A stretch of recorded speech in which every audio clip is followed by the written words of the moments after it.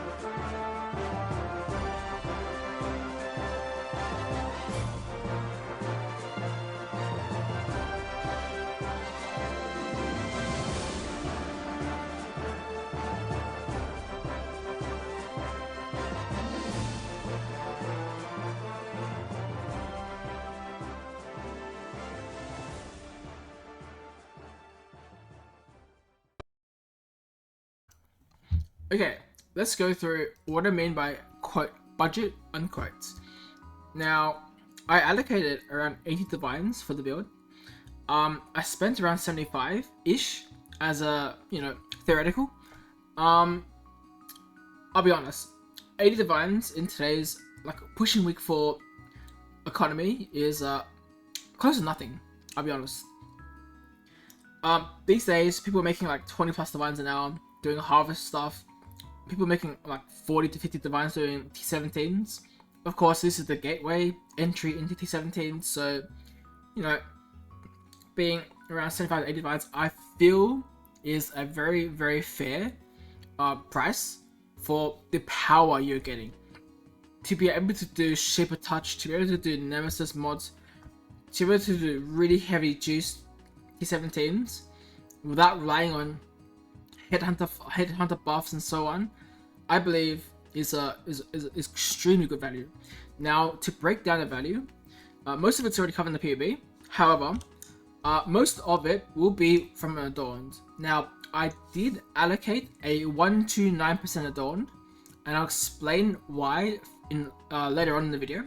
And most of the cost is from that, which is 24 divines, followed by the jewels, which are around 16 divines. So that's 40 divines already in just the jewels.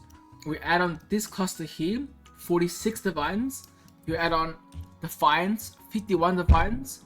We add on the 2 Consuming Darks, 6 Divines.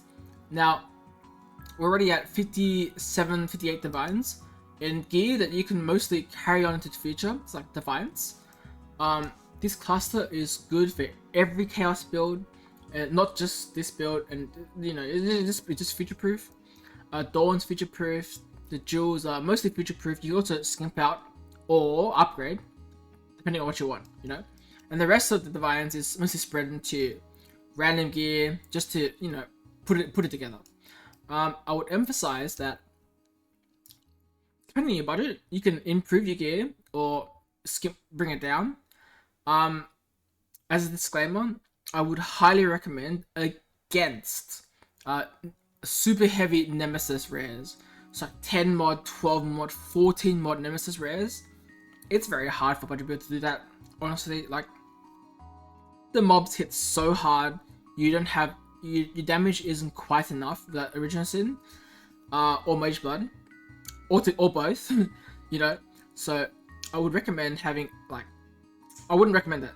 I would highly recommend instead to do Delirium, because having Delirium with Beyond, it adds a lot of mobs to the map, and having more mobs to the map will trigger your cast and stun and so on far more often. And honestly, it feels more fun. For me, you know, you can choose your strategy however you want. The atlas that I have is, I'll show you here.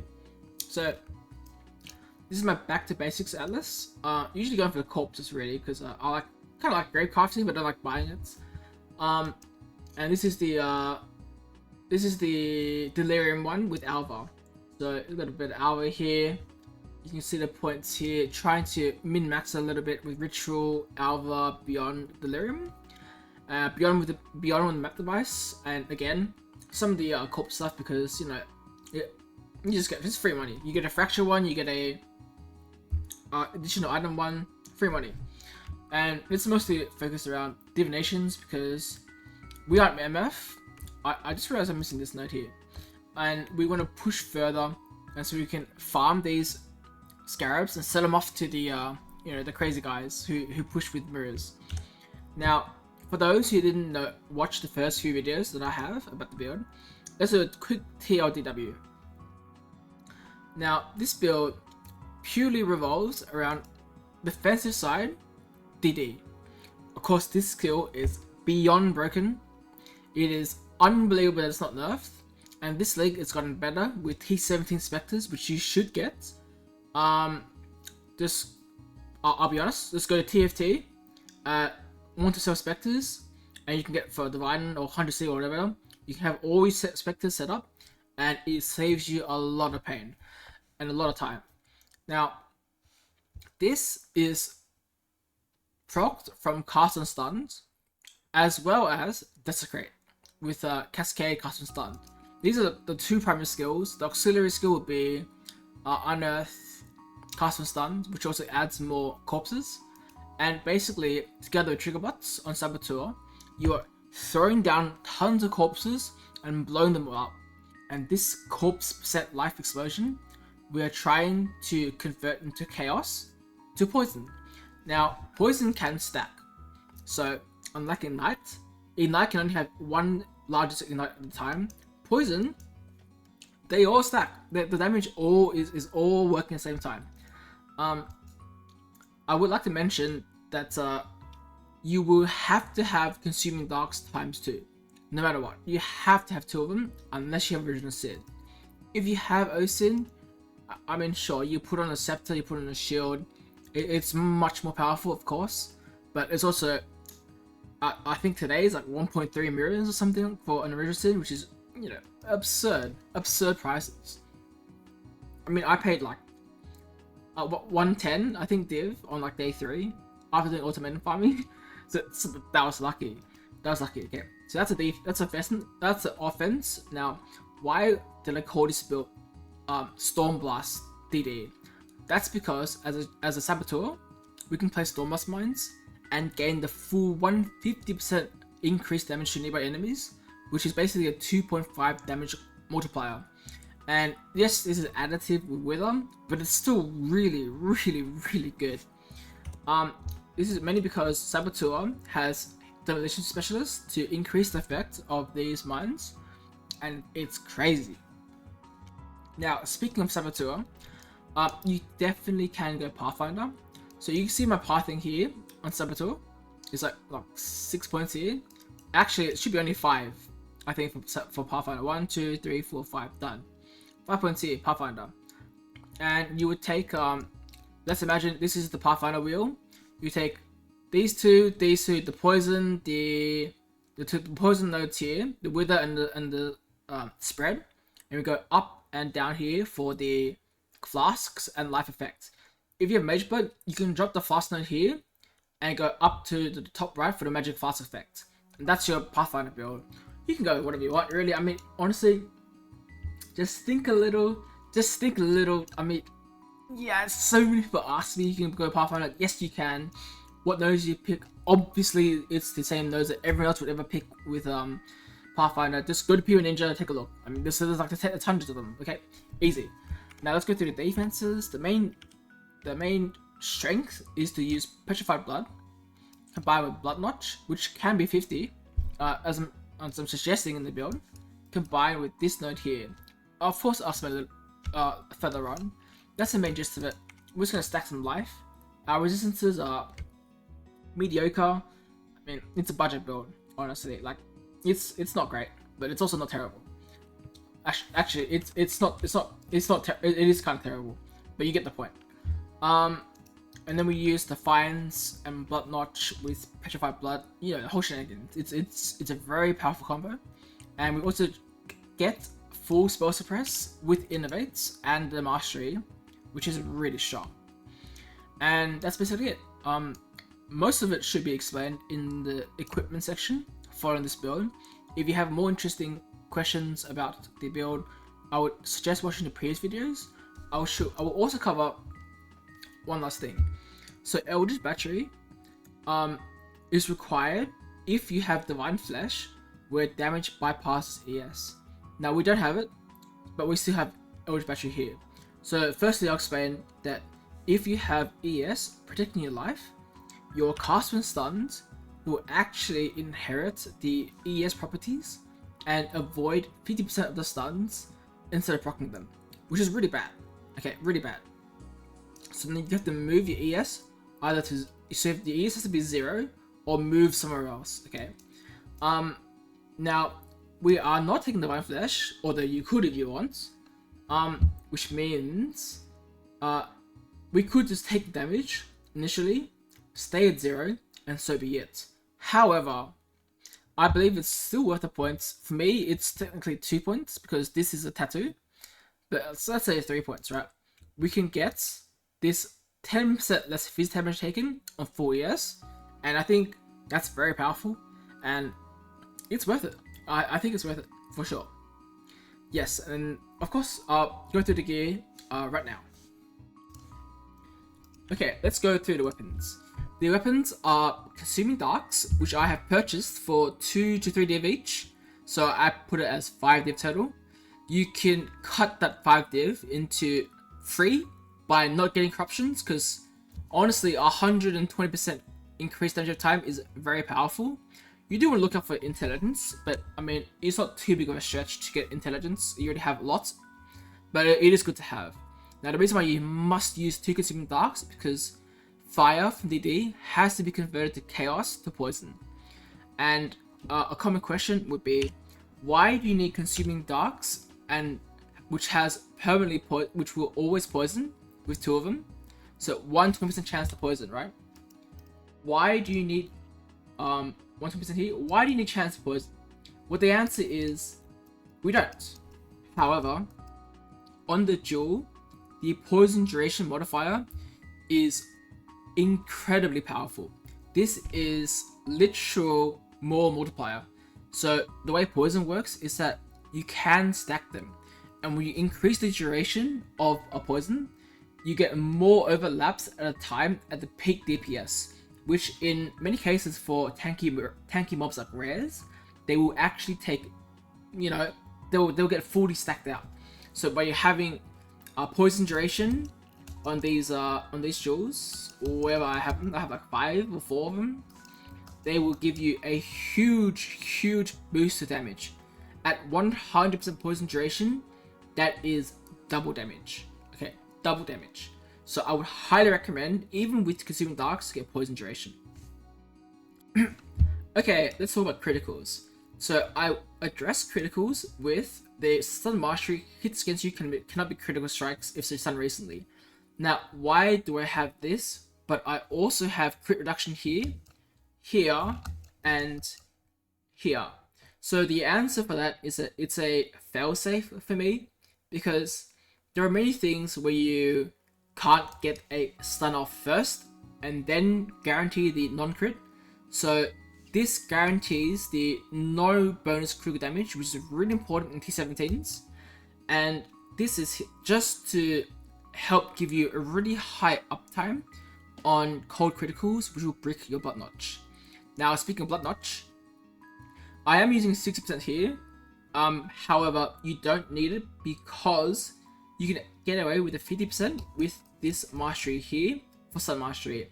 This 10% is the same, and a 50 plus 10 is 60 is the maximum you need. You can go to 70 with a 60%. However, it doesn't give you any more. Hit immunity.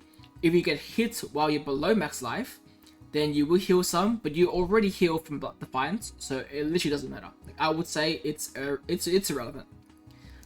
Yeah. Okay, let's talk about the boost slot. I am wearing a suppression Skyforth, however, you don't need it. You don't need it. I'm just not gonna buy another Skyforth just because I hate trading. Okay, I hate trading. Spell suppression chance is 100%. I take this off. I'm at 98. Okay, so you put one more tattoo here, and that's it. You're done. Or you take a passive point, or whatever. You have better gear. So be it. So that's why this is not necessary at all. Let's talk about Defiance. So Defiance currently is around 5 div or less.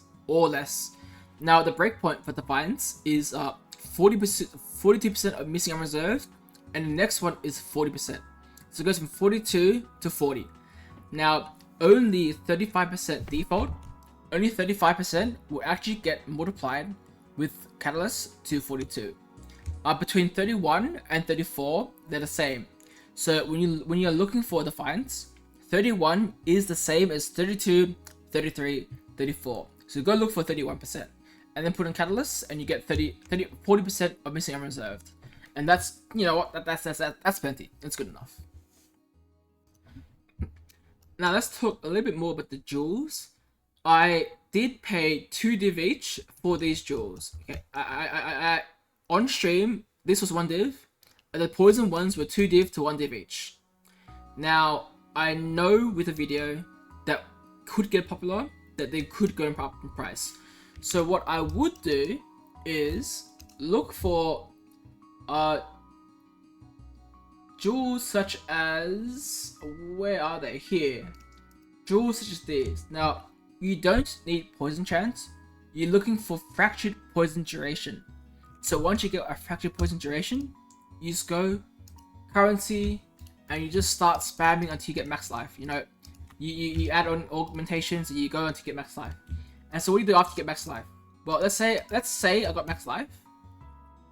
We'll go to the menagerie, and we'll use optionally, depending on the price, right? Depending on the price. If they're really cheap, then you can just send them to the temple.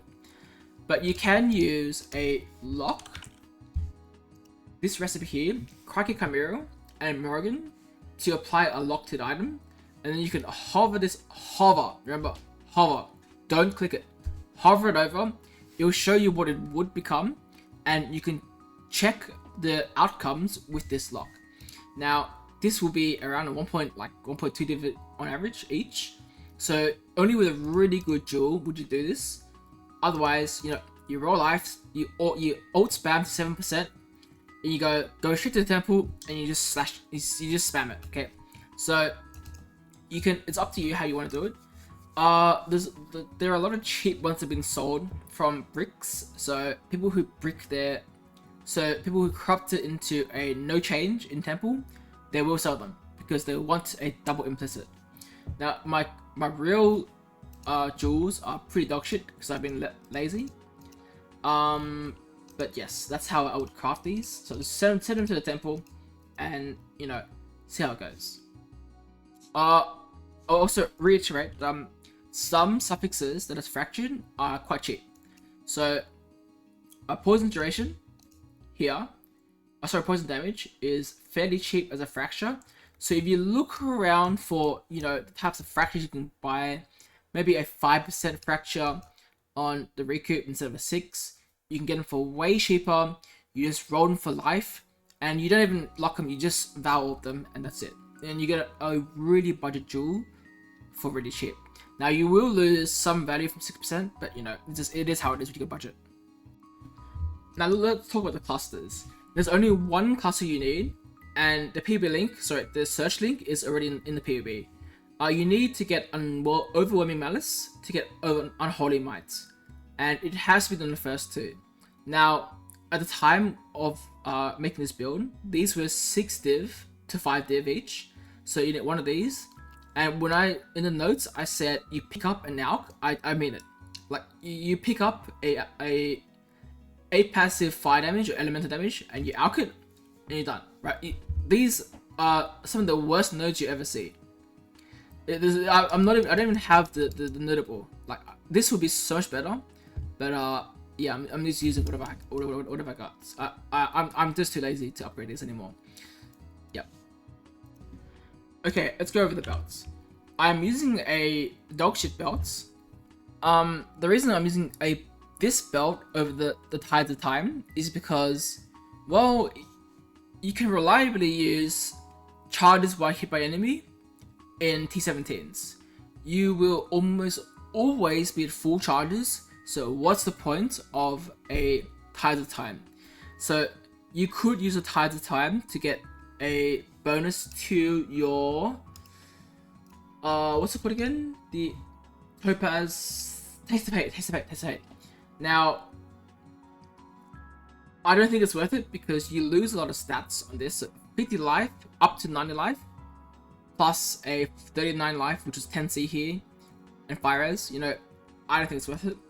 If you have a Mageblood, well, what are you doing? Get rid of this belt and get real flasks. Get these real flasks. Yep, that's about slots. For the glove slot, these look really good, but they're actually trash. So there's one chaos res here on a fracture suppress. What you should do is follow the guide I posted in the PoE. You should you should essence chaos res until you get a T1 resistance, which I promise you is extremely common. It is extremely common to get chaos res with a T1 or even a T2 resistance, and you want to use Essence of Misery. Of Envy, sorry. Or maybe it is Misery. The one of Envy, sorry.